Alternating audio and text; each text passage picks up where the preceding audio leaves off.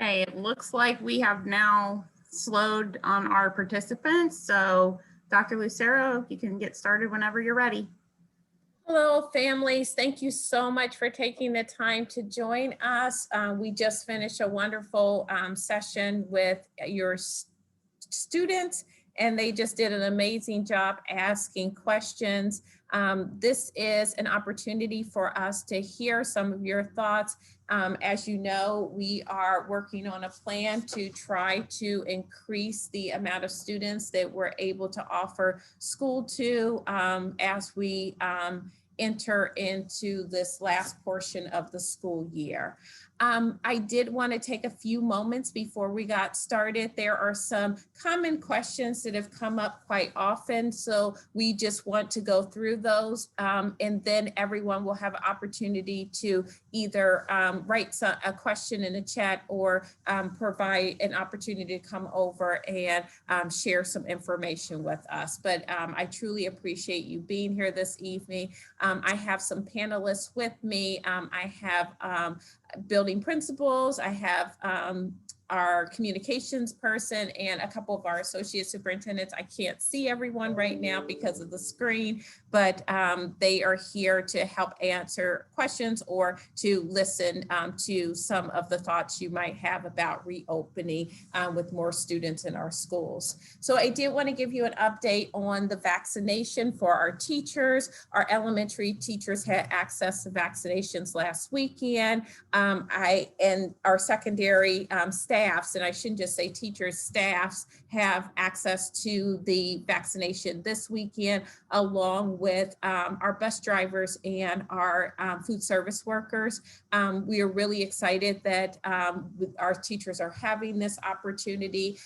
It is the Johnson & Johnson 1 dose that we are receiving both last week and this weekend. We did have some teachers who had, teachers and staff who had an adverse effect to the vaccination last week. So we did call a distance teaching and learning day, a remote learning day on Monday, so that if there were any complications at our middle and high schools, not at our elementary schools, but at our middle and high schools over the weekend, we would be prepared for that.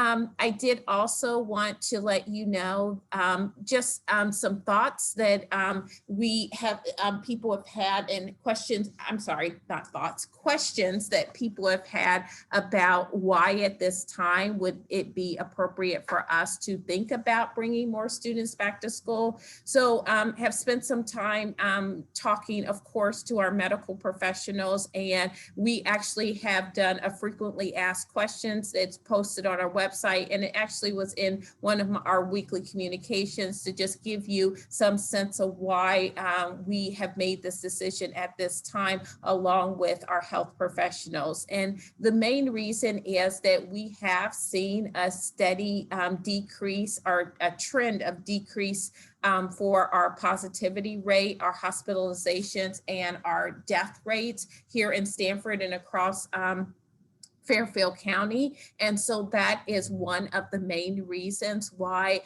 they believe at this time it might be a time that we might be able to introduce more students into school. We also have had the opportunity to work very closely, actually on a weekly basis, with our Department of Health at the state level. And what they have noted to us regularly that is that when you are looking at school districts that are in the hybrid model versus school districts that are in full in-person, what they're finding is they've had very low transmission in our schools. And so that is another reason that they are telling us that we should consider reopening to more students. They also noted that there is more community vaccinations going on. So if you are 55 or above, and we're about to open up for 45 and above, we now have more people who have access to the vaccination, which means we would have less people testing positive. And the other area that they really stressed is that we have been in a hybrid model, which means that we have put our mitigating strategies to test already. So we know that our students are able to wear masks and tolerate masks well throughout the day. That was really a question mark at the beginning of the year when we went to the hybrid model, that our students are doing a really good job of hand sanitizing and taking opportunities to wash their hands throughout the day. And for all of those mitigating strategies that we know our students have really focused on, those are reasons why we would consider at this time, this might be a good opportunity for us to return to school. So wanted to kind of give you that kind of understanding of our Dr. Yoon, who's our health medical advisor, and Dr. Calder, who is our director of health in the city, their thoughts about why this might be the time to return to school. I do want to note that contact tracing will still be in place, and it has not changed much, but one positive thing that has happened with our contact tracing is that we now will have contact tracing specifically for Stanford Public Schools with extended hours. 7 days a week until 8 o'clock every evening. And so we really appreciate the fact that the city is continuing to provide us with support in terms of contact tracing. And the final thing that I want to highlight is Mayor Martin, as we decided to transition back in school, he has really advocated to make sure that our testing sites remain open. We have introduced testing sites at all of our school-based health centers. And we also, and everyone will note this, I remember when we first started having testing locations in town, there were lines around the block to try to get a COVID test. Now we have locations all around town. If you go a mile anyway, you can really find a place to be tested, and there are very few lines. So the website for the city has all of the information on testing sites. So that's another thing that's really good for us here in Stanford, is that it really is easy to get tested. And I say it every mile. Of course, it's not every mile, but you don't have to really drive far to find a testing site.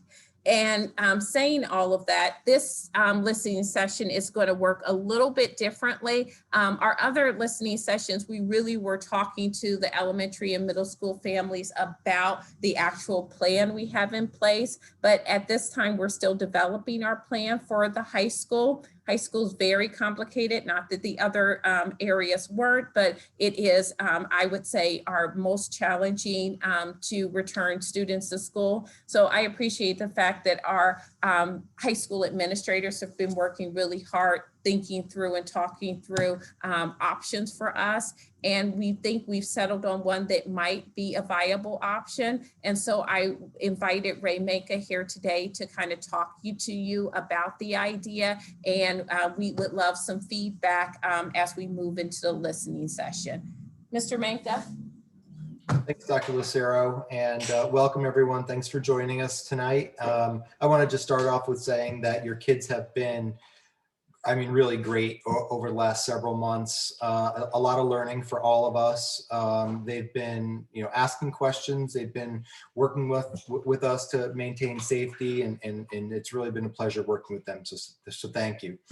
I did have an opportunity to speak the other day with Dr. Lucero at one of the board presentations, and we have had some wonderful brainstorming sessions, and we've come up with some options.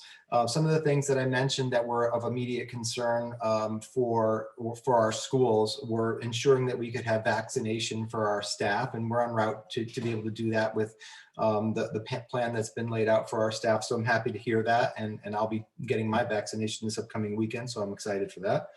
One of the other issues was for us being able to bring back roughly 1,400 students if we collapse the hybrid blue-greens, and being able to provide them with lunch and maintaining a system in the cafeteria that would be reliable to know where kids were and also maintain obviously safety.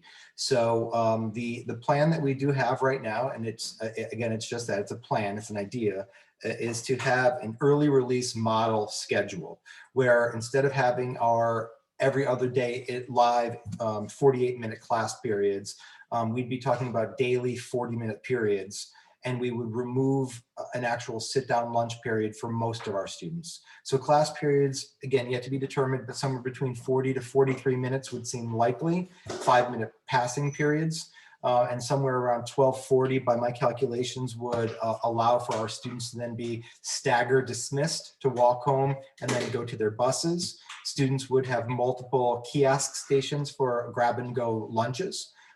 We've already spoken to district and school-based staff. We'd be able to provide probably 2 options a day, a warm and a sandwich type based meal. We'd also be able to have snack stations, grab and go snack stations throughout the building, with probably fruit, granola bars, allergy-free items, and water that would be updated regularly throughout the day. So students wouldn't even have to wait in line, they could just walk by and grab those things.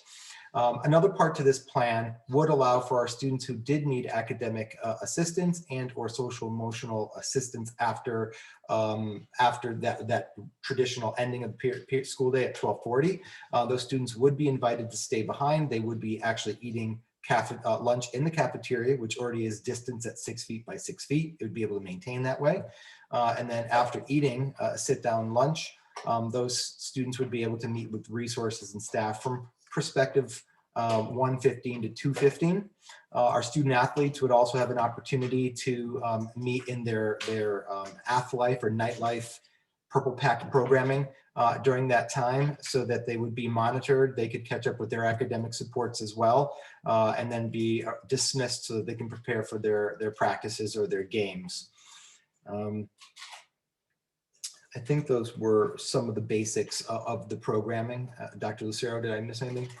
I don't think you missed anything, but as people are asking questions, we can clarify anything that you might have missed. So let's turn it over at this time to Olympia Della Flora. She is our Associate Superintendent for School Development. I had to think for a second. School Development, who will be our host this evening.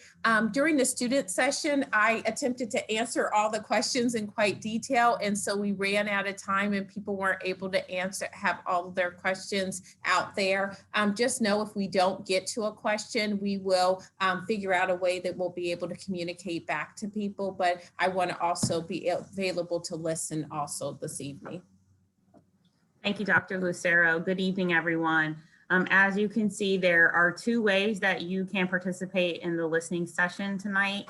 If you would like to type your question into the Q&A box, we will pull some of those and ask those live, as well as be answering those during the session. Or if you would like to speak, you may use the raise hand function and we will move you over to a panelist. We just ask that you limit your discussion points to 2 minutes. So if there are others that would like to speak, they can do so.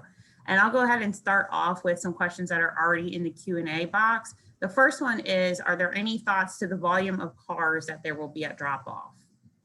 Yeah, cars are very complicated. We dealt with this at our elementary schools today as we reintroduced our hybrid students, both groups into school. We know that at both high schools, it's complicated with arrival and dismissal on any given day. So we will continue to work with one of the members of the Sanford Police Department who actually works with us with traffic, is on our core team and our health and safety team for this reason. So we will continue to work with them to make any sort of adjustments, and along with the building staff to make sure that we're able to keep all of the cars off of the street. Thank you, Dr. Lucero. There's actually several questions around this theme, so I'll kind of combine them, but it's the question of when would this return to full-time be happening? Would it happen before spring break, after spring break? So there's quite a few questions about the timing of the return. Our initial thought right now that we've been playing around with is that, and I'm looking over at my calendar, that there is SAT school day is on the 13th. So we're thinking that we may test it out with our hybrid students on the 14th, 15th, and 16th. And then the fourth quarter begins on the 19th. So we would introduce it fully on the 19th is our thinking right now.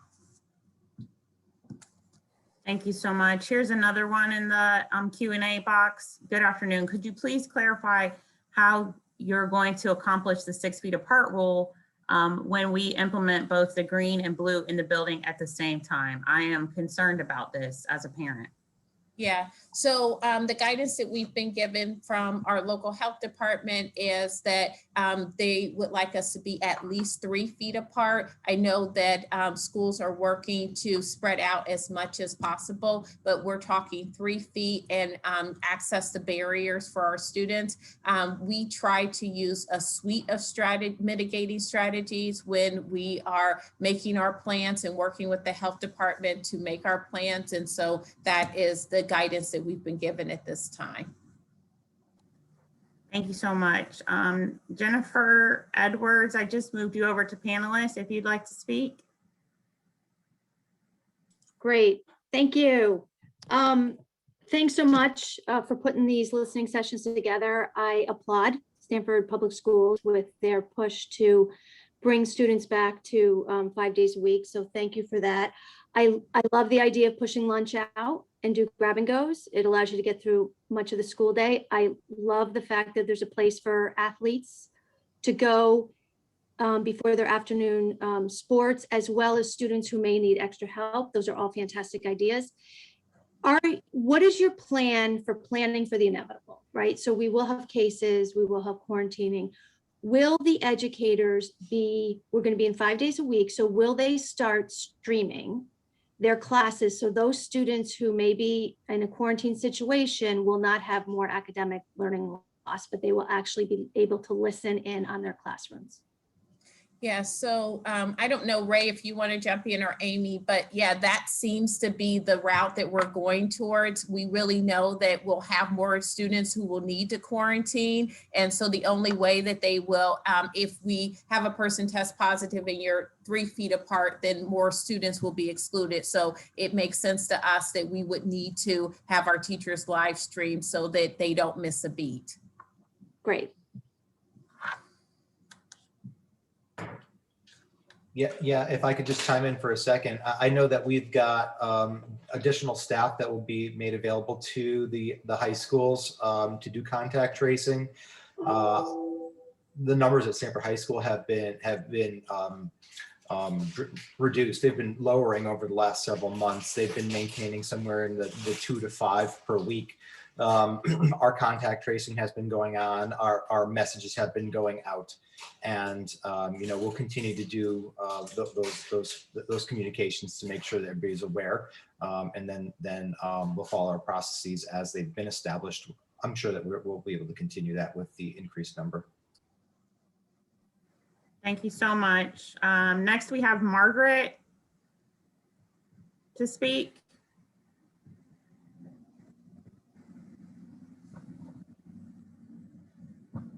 Margaret, are you there?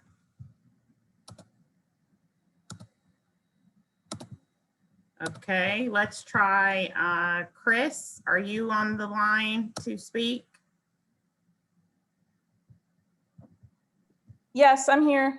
Okay, go ahead, Chris. Hi, thank you. Thank you for doing this. This is super helpful. I guess my question is, the kids have, my daughter goes to West Hill and she's been, 7 months hybrid learning, has gotten into the swing of things. At first I was really concerned about the hybrid model in terms of the amount of learning they would maybe miss. AP classes seem to run through, all those kinds of things. So she's finally in this, she's in the swing of things, happy, not really anxious anymore going into school, but has now completely ramped up the other way and really anxious. And I guess my question is, what is the real benefit of changing their schedule at this point for what may be 2 or 3 months knowing that more students are going to be quarantined when the inevitable happens? Mhm. Yeah, it's just really looking at all of our educational options and really taking some time to vet those out and have these types of conversations. You see that you have different people with different ideas about this. I agree that we've been working really hard to keep our hybrid model in place and working well, but when given the opportunity with the health professionals telling us that we could introduce students back in school, I think that it was an opportunity for at least to have the conversation. Right. So I guess, is it just, but my question is, what is the real benefit of going into school for two or 3 months? I totally understand the elementary school. I get the middle school. I think high school is just so, so much more complicated, as everybody has said. So I'm just not quite sure what they're gaining by switching at this point. Yeah, a lot of our students and families are really interested in having an opportunity to come back to school 5 days a week. They are calling it get back to some semblance of normalcy in what has been a very complicated time for all of us. Okay. Thank Okay. you. I Thank hope you. we don't hit the inevitable, because I think that will put the mental health of our students in even more jeopardy than it already is. And please know we are considering all of that as we're making these very complicated decisions. Great. Thank you so much. Thank you. I appreciate your time. Thank you. We also have some questions in the Q&A about, what if my student doesn't feel comfortable about returning to 100%? Will they be able to switch to distance? And also the question about distance learners, will they be able to switch to the hybrid? Yeah, so we at the elementary and middle school level, at each level, we work with each individual plan to make some of those decisions. It all depends on how many students are want to switch from distance teaching and learning. And at the high school level, it gets very complicated because of their scheduling. I don't know, Amy or Olympia, if you want to speak some more about that, but we will need to make these decisions as we come to a kind of a confirmation of what the plan actually is.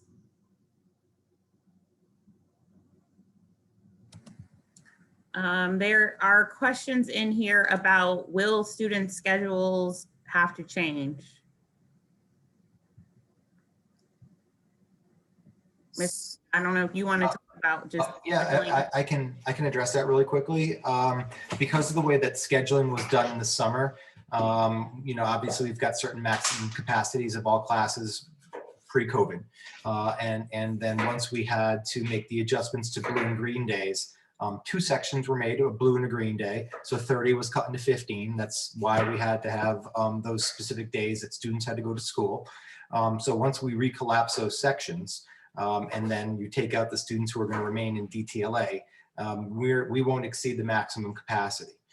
In the event that there are a certain number of students in a classroom, and once those desks are placed in there and there happens to be some sort of seating issue, I know that at Stanford High School and the other high schools as well, I'm sure that we'll find alternative large spaces that can be outfit for teaching and learning spaces. And we're also going to be able to run reports that would provide us with open classrooms with the maximum seating available, and we'd be able to allow those staff and students to work inside those spaces. So we don't anticipate and don't want to reschedule students at this point. That's not our goal or desire. So much, Mr. Menka. We also have a question in the Q&A that says, in the event a student is required to quarantine, will all teachers be able to teach virtually as well? Because some teachers have not been at this point, and so how can students keep up? Yeah, so that would have to be a part of our plan moving forward. We know that there is a good possibility that if someone tests positive, we'll have to quarantine more students, and the only way that they would be able to do that if they were able to remote into their classes. Thank you so much. There's also a number of questions in the chat about why 3 feet is considered safe instead of 6 feet. And they just wanted, they're asking questions about how we're determining less than 6 feet at this point.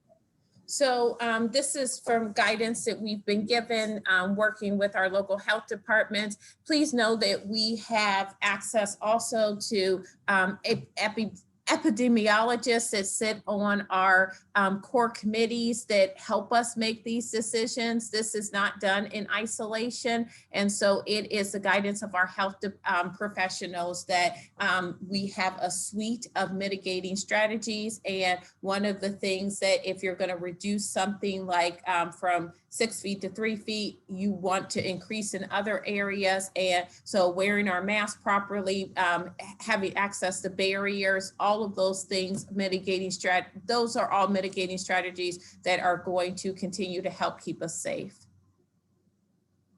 Thank you so much. I did promote someone titled Z to panelists. Do you want to speak?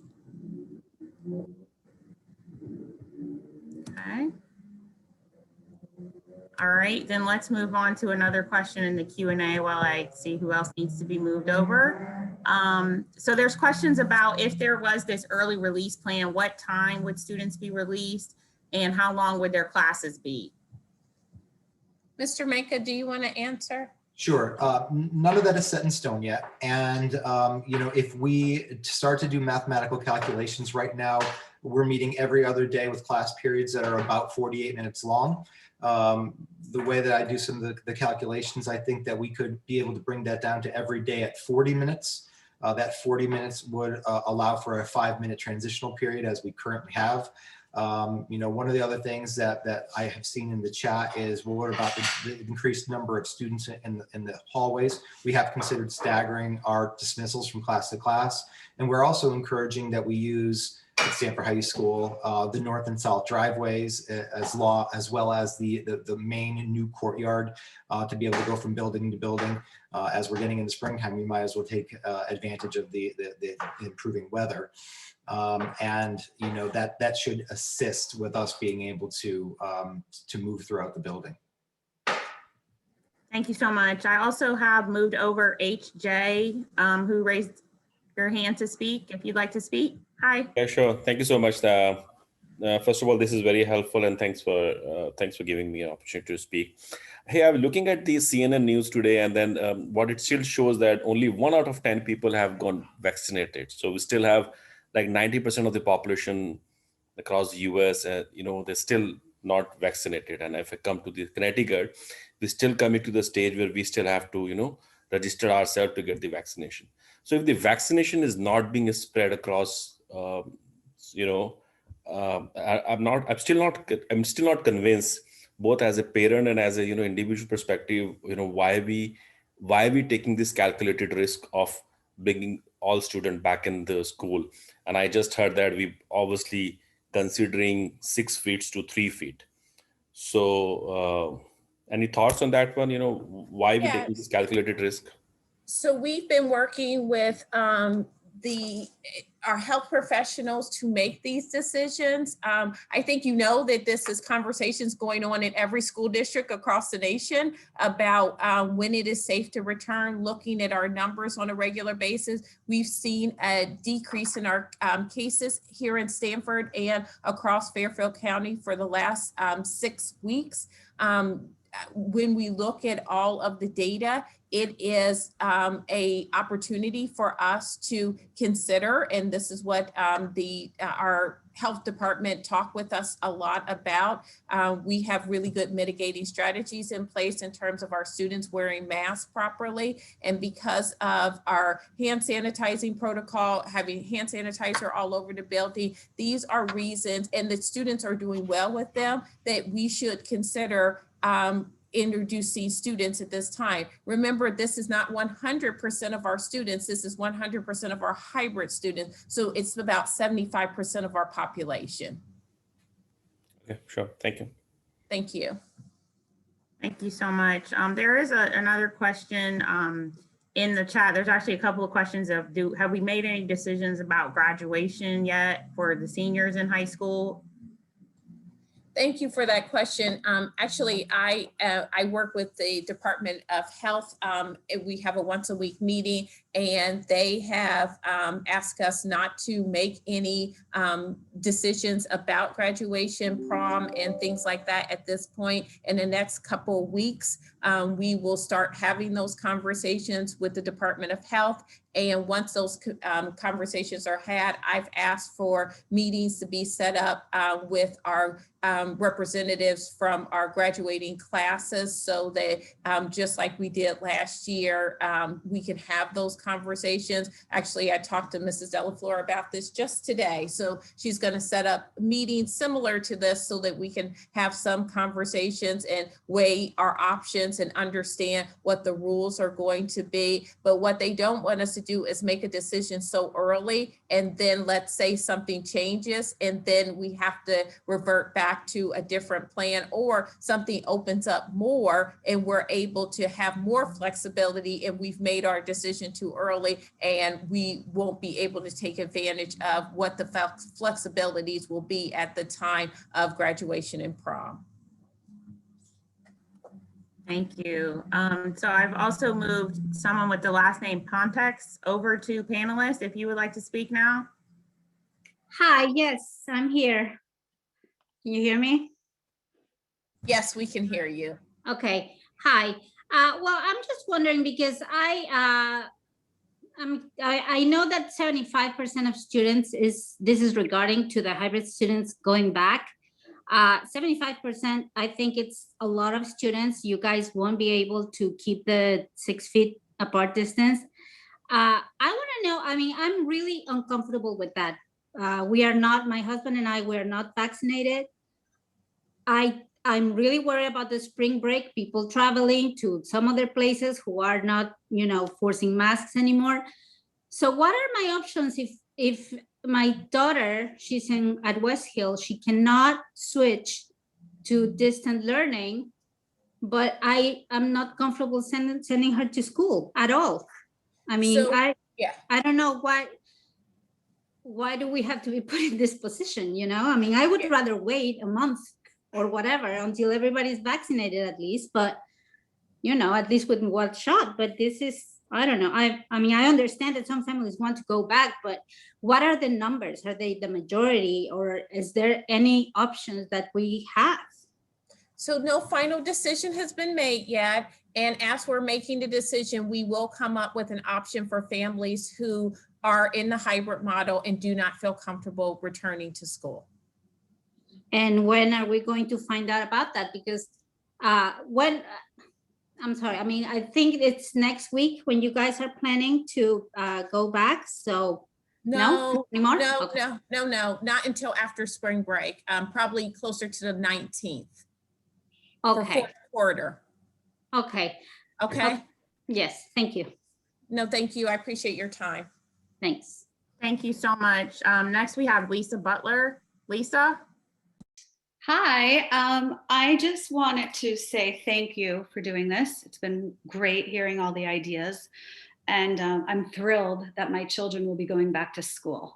They've needed it, they've wanted it, and I'm so happy that it'll potentially be happening on April 14th. I guess one of my questions is with the, if they're exposed, or if they're in a classroom and they're beyond the 3 feet, they're beyond 6 feet, would they still be required to quarantine? So Lisa, hi Lisa, how are you? Good, thank you. At the middle school level, it seems like it would be similar. We are using what they're calling the airplane manifesto model, that you would have a seating chart and you're able to identify the students who were within 6 feet, and those would be the people who are quarantined. Okay, great. My other question is, are we looking into outdoor tents or utilizing gym space, classroom space? Darien High School and Fairfield High School, which are back full-time, are using that for their cafeteria time to eliminate the overcrowding. Yeah, if I could chat to that Thank one, you. Dr. Lucero. Yes, Absolutely. Hello, Ms. Butler. Yes, we have been working with Kevin McCarthy from Facilities. We are investigating the rental of seats and tables that would allow for us to have certain COVID approved seating locations outside. We still have to be mindful that any of these locations that we add, we do need to have adult supervision. We currently are using our administrative and security staff to be able to do that at Stanford High School in the main cafeteria, as well as 3 overflow rooms, and then adding the courtyard or outdoor space would require additional humans or adults to do that. And many of my teachers are teaching during that period. So that does present challenges, but we are investigating the rentals. And tents do require permits. So the permit process is underway, as I understand. So we have explored it, and also the gymnasium is being explored. Our auxiliary gymnasium, or our small gym, is being explored as well as an option. Perfect. Thank you. Thank you, Lisa, and thank you, Mr. Manka. Next, we have Megan. Can you hear me? We can. Okay, great. Hi, I want to just back up what many parents have said, that I feel like we just have a few months until everybody's vaccinated. Fairfield County is at a very high risk level. My daughter it was hard for her to decide to go back to, we were at distance learning, but it was a very hard decision for her to go back to hybrid. But our family, many of us, my husband is in a high risk category. And just like the previous parent stated, we would be in a really difficult situation if we were forced to have her go to full learning model, online, full in-person learning model. I don't understand the philosophy behind going from 6 feet to 3 feet, where, the CDC definitely says it should be 6 feet. And I just am backing up what many other parents have said. I don't know why we can't hold on a few more months until everybody's safe. So that's my feeling. And I know that it's been a tough year, but I really feel like we need to hold on a little bit longer. We just recovered from COVID, and nobody wants to go through that, believe me. So Well, I'm so sorry for that. And just know they're all complicated decisions, but we're going to continue to work to make sure that all of our students are safe and healthy, and our staff. So thank you so much. I appreciate the feedback. Yeah, thank you. Thank you. We also have Liliana.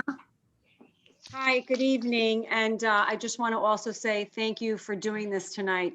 I also am as an educator, so I applaud all of us for everything we do each and every day, and work in a district comparable to here in Stanford. My concerns are the coming back, just like everyone else is saying, the limiting the 6 feet is compromising our children's well-being.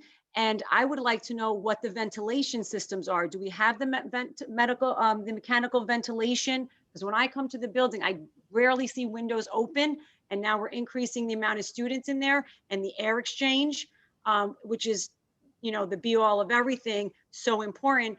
And I don't see fans in the windows, and we know the air conditionings are not what we're supposed to be using, because that just circulates the air without the air exchange. Is that all up to a MER 15, or at least a MER 15? It is not. In our different buildings have different systems. As you probably know, that we have aging buildings here in Stanford. We did have a commissioning agent come in at the beginning of the school year, identify any concern areas. We have repaired all of those concern areas. Actually, prior to school starting, there was work done into October in a couple of places, but those have all of those issues have been addressed. And you're absolutely right. The idea of the fact that it's getting warmer and we'll be able to start opening windows again is another good mitigating strategy that the state recommends to us. So we are up to at least a MERV 15 is what you're We are saying. not. We are not. We are not. Correct. And you're Correct. feeling comfortable enough with that without fans in the windows to It- provide that extra air exchange. Yeah, we had the state come in and help us with our guidance as we return to school. And so we are to the level that's appropriate, are required by the state. I just would like to say that I appreciate that you're being open-minded and really considering the anxiety levels Sure. and the change that these children will have to now endure again. And with that said, I do think, and you know, I applaud you here again, that consideration for, is this really what is in the best interest of everybody? Yes. Because if we bring everyone back and we start to have our children now getting sick, you know, we need to just think about the bigger picture just for these few months. So Well, thank you again. And thank it's you. greatly appreciated that you're opening up and allowing us to have these conversations because they are important. Great. Thank you so much for your time. So there is also another question, and there's several questions around this in the Q&A. What if the numbers in Stanford go up? Will we be, after spring break, will they go back to hybrid? So we will be watching this very closely. I really do encourage people. Mayor Martin has a weekly meeting at 6 o'clock. If you go to the city website, there is, and you click on COVID, you will be able to see an update of our numbers every week here in Stanford, and we watch those numbers. We actually get reports every 3 days. We have someone in the city actually tracking the Stanford Public Schools numbers every day. So absolutely, if there are any issues, Dr. Calder and I speak regularly and several times a week to make these decisions on whether or not we would need to pivot to a different educational model. Thank you so much. I think we might have time for one more. Tony, are you on the line? Tony's not there.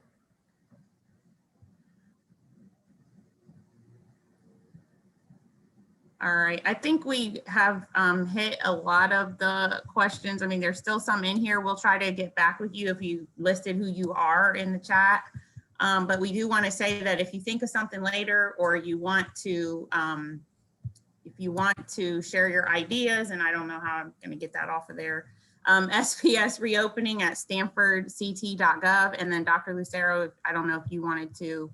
Yeah. Oh, I just want to thank all of our families for coming out tonight and sharing your ideas. I know that there is not one easy answer, and there's not one solution that is going to meet all families' needs.